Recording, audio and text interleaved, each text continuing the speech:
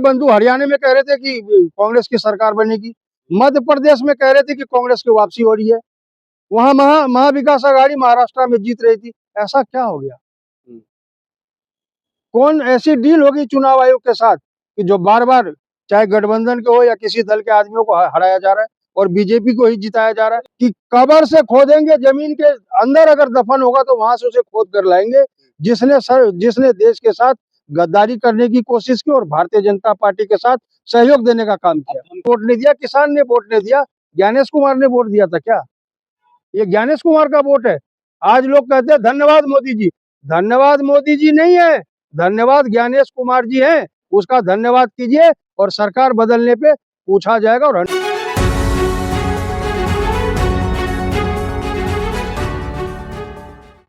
मुन्ना जी, जिस तरीके से भी देख रहे हैं एसआईआर मामलों को लेकर के कई ऐसे बीएलओ हैं जो सुसाइड कर रहे हैं, मर रहे हैं, लेकिन उसके बावजूद भी इलेक्शन कमीशन का आंख नहीं खुल रहा है। कैसे देख रहे हैं इसको? देखिए, डिप्रेशन है जिसकी मौत हो रही है बीएलओ की, ये समझिए प्रेशर इतना ज्यादा है चुनाव आयोग के द्वारा कि जिसका बेहिंता हिसाब नहीं है। दूसरी बात, ईमानदार लोगों को कहा जा रहा है कि आप चोरी कीजिए, आप चोरी नहीं कीजिएगा तो नौकरी आपका खतरे में गया। तो कई तरह से प्रेशर चुनाव आयोग के द्वारा दिया जा रहा है। मैं समझता हूँ जिस राज्य में चुनाव है उसी राज्य में एसआईआर की बात हो रही है। क्यों हो रही है? अब बिहार में जिस तरीके से 65 लाख लोगों के नाम काटे गए, कुछ लोग चाय पीने एआईसीसी कांग्रेस मुख्यालय आए थे जो जीवित लोग थे, तो जीवित लोगों का नाम मृत्यु लिस्ट में डाला गया और उसके वोट काटे गए। तो कहीं ना कहीं एक चुनाव आयोग के द्वारा अन्याय है। चुनाव आयोग कहता कि मैं स्वतंत्र हूँ, मैं स्वतंत्र रूप से निष्पक्ष हूँ, मैं पक्षपात नहीं करता, लेकिन जो एविडेंस, जो सबूत मिले, जिस तरीके से लोगों के आज आरोप है, आरोप प्रति आरोप के दौरान जिस तरीके से चुनाव आयोग आज शक के घेरे में, मैं कहता हूँ, ये कहते हैं कि एसआईआर की बात, एसआईआर 2002 में हुआ। 2002 में सरकार किसकी थी? भारतीय जनता पार्टी की सरकार थी। कोई भी एक दल, किसी भी विपक्ष के नेता ने एक शब्द नहीं कहा। आज क्यों बार बार सवाल खड़ा हो रहा है? क्योंकि आज निष्पक्षता पे सवाल है। कहीं ना कहीं आज विश्वसनीय रूप से चुनाव आयोग काम नहीं कर रहा और यही एक वजह है कि पूरे देश में जिस तरीके से आप ममता बनर्जी हो या श्री अखिलेश यादव जी हो, चाहे कोई भी अन्य राज्य के मुख्यमंत्री, आज वो कहीं ना कहीं सवाल खड़ा कर रहा है। मैं ये पूछना चाहता हूँ, जिस घुसपैठिए बांग्लादेशियों की बात हो रही है, बार बार कहा गया था 2013 के चुनाव में कि मित्रों, पूरे बैरिकेड लगाए जाएंगे बांग्लादेश से बिहार तक और जम्मू कश्मीर से राजस्थान तक। मैं पूछ रहा हूँ, आज भी सरहद आपके नंगे है, क्यों नहीं बैरिकेड लगे? क्यों नहीं वहां पे तार के बांध लगे? क्यों आज घुसपैठी आ रहे? क्यों आज आतंकवादी आ रहे? देश की सुरक्षा की जिम्मेवारी केंद्र सरकार के हाथ में, आज आप क्यों नहीं जिम्मेवारी ले रहे? चुनाव आयोग इतने प्रतिष्ठित सम्मानित संस्थान है, उस पर सवाल खड़ा कर रहे हैं। देख रहे राहुल गांधी के खिलाफ कितना 272 लोगों ने लेटर जारी कर दिया।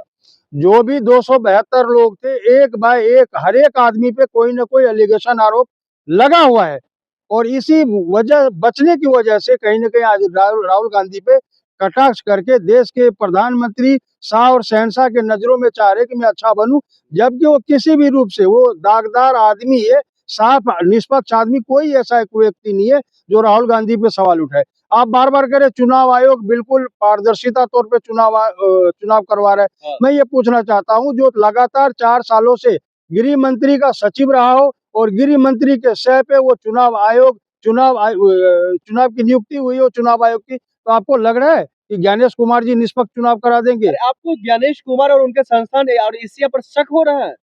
शक नहीं, यकीन हो रहा है। आप पूछिए क्यों यकीन हो रहा है? बार बार चुनाव आयोग कहता है कि मैं निष्पक्ष चुनाव करा रहा हूँ, लेकिन विपक्ष के द्वारा वीडियो भेजे जाते, सीसीटीवी फुटेज भेजे जाते, सारी एविडेंस भेजे जाते, चुनाव आयोग कहता है उसके तरफ से कोई कार्रवाई नहीं होती। और जब चुनाव आयोग से डाटा मांगा जाता है, वीडियो फुटेज मांगे जाते, तो वो 45 दिन के अंदर अंदर डिलीट किया जा रहा है। आखिर कौन ऐसी राज है जिसे छुपाया जा रहा है? क्या एक ऐसी वजह जो छुपाया जा रहा है? अरे हाथ कंगन को आरसी क्या, पढ़े लिखे को फारसी क्या? आप जब ईमानदार हैं तो आप मुकदमा कीजिए जो आप पे सवाल उठा रहा है, जो कह रहा है 25 लाख वोटों की चोरी हुई, इतनी सशक्त सरकार है देश में आपकी, आप मुकदमा करो ना उस पर, आप जेल में डालो उसको कि इतने निष्पक्ष चुनाव आयोग निष्पक्ष चुनाव करा रहा, आप सवाल कैसे खड़े कर रहे हो? ये आवाज भारतीय जनता पार्टी को उठानी चाहिए। ये भी है ना, अगर पश्चिम बंगाल में होता है तो ममता बनर्जी रोक रही है, बिहार में होते हैं तो राहुल, तेजस्वी, तमाम लोग जो है हाहाकार मचाते हैं, यूपी में होते तो शांतिपूर्वक तो हो रही है ना ऐसा यार। यूपी में कहा कोई दिक्कत है? नहीं, यूपी में इसलिए हो रहा है क्योंकि यूपी में आप समझिए गणित क्या है। जिस तरीके से 37 सीटों का, जो अभी लोकसभा चुनाव में 37 सीट समाजवादी पार्टी ने जीतने का काम किया। 37 सीटों में 183 विधानसभा सीटें आ रही है, ठीक है। तो 37 सीटों का वोट की कटिंग की जाएगी और उसे मृत्यु घोषित करके जो उनके पक्ष के लोग हैं हाँ। वो सभी के वोट काटे जाएंगे और जो भी बीजेपी के लोग हैं उनके वोटों को छेड़ा नहीं जाएगा और उसके बाद जो चुनाव आप देखेंगे बिल्कुल ही परिणाम उसका उल्टा होगा। ये रणनीति है बीजेपी की। मुन्ना हबीब जी, 272 लोगों ने जो लेटर राहुल गांधी के खिलाफ लिखा है, जिसमें पूर्व जज और कई अधिकारी रह चुके हैं, वो कह रहे राहुल गांधी का हाल वही होगा जो कुछ महीनों पहले मोदी सन्य मामलों में हुआ था। मैं ये कहना चाह रहा हूँ जो 272 लोग हैं वो लोग हैं कौन, ये उसका बैकग्राउंड आप जज देखिए। है, अधिकारी अरे है, मैं IAS PCS अधिकारी रह चुके हैं, अरे आप सवाल खड़ा करें उन पर। सब पे 4-4 FIR दर्ज है, किसी पे घोटाले का, किसी पे भ्रष्टाचार का, किसी पे पद के दुरुपयोग का। कोई एक आदमी साधु संत हो या दूध से धुला बताइए, एक आदमी का 272 में नाम बताइए जो एक आदमी जो बेहतरीन हो, जो ईमानदार हो और वो राहुल गांधी पे उंगली उठाया हो, एक आदमी बताइए।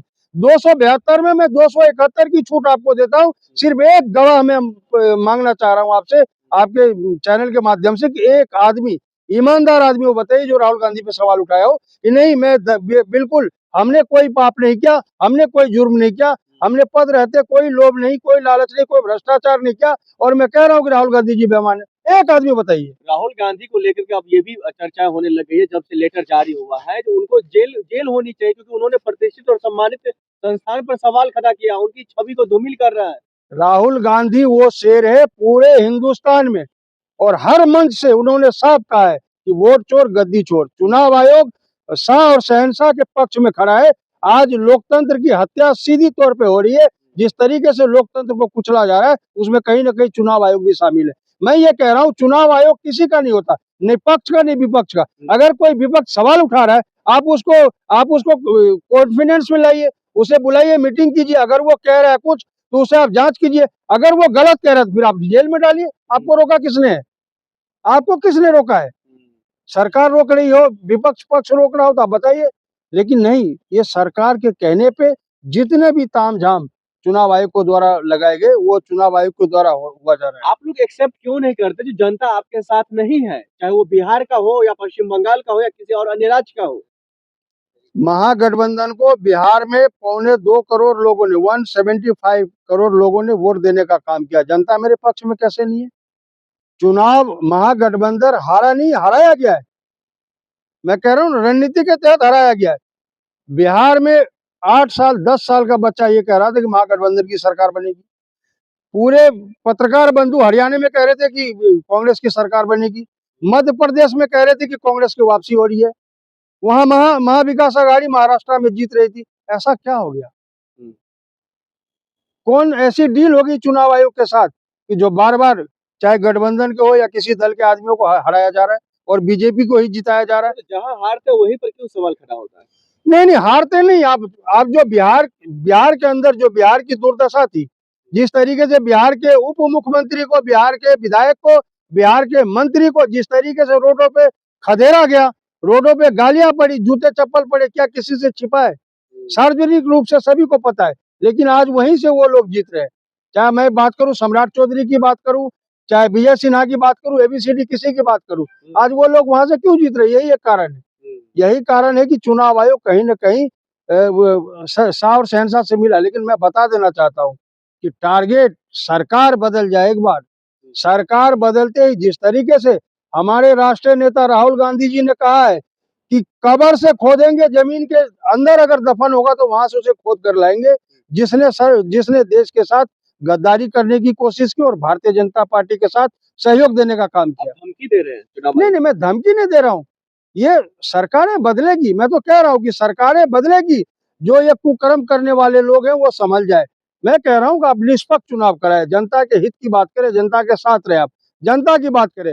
पूरे राज्य में आपका विरोध हो रहा है, पूरे राज्य में आपके मंत्रियों को खदेड़ा जा रहा है, पूरे राज्य में आपके विधायकों को जुतियाया जा रहा है, चपलाया जा रहा है और बाद में पता लग रहा है कि जो NDA की है वो 202 प्लस जा रहा है। ये ऐसा कैसे हो गया? किसने वोट दिया?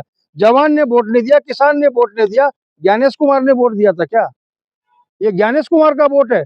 आज लोग कहते हैं धन्यवाद मोदी जी। धन्यवाद मोदी जी नहीं है, धन्यवाद ज्ञानेश कुमार जी हैं। उसका धन्यवाद कीजिए और सरकार बदलने पे पूछा जाएगा और 100% पूछा जाएगा। धन्यवाद।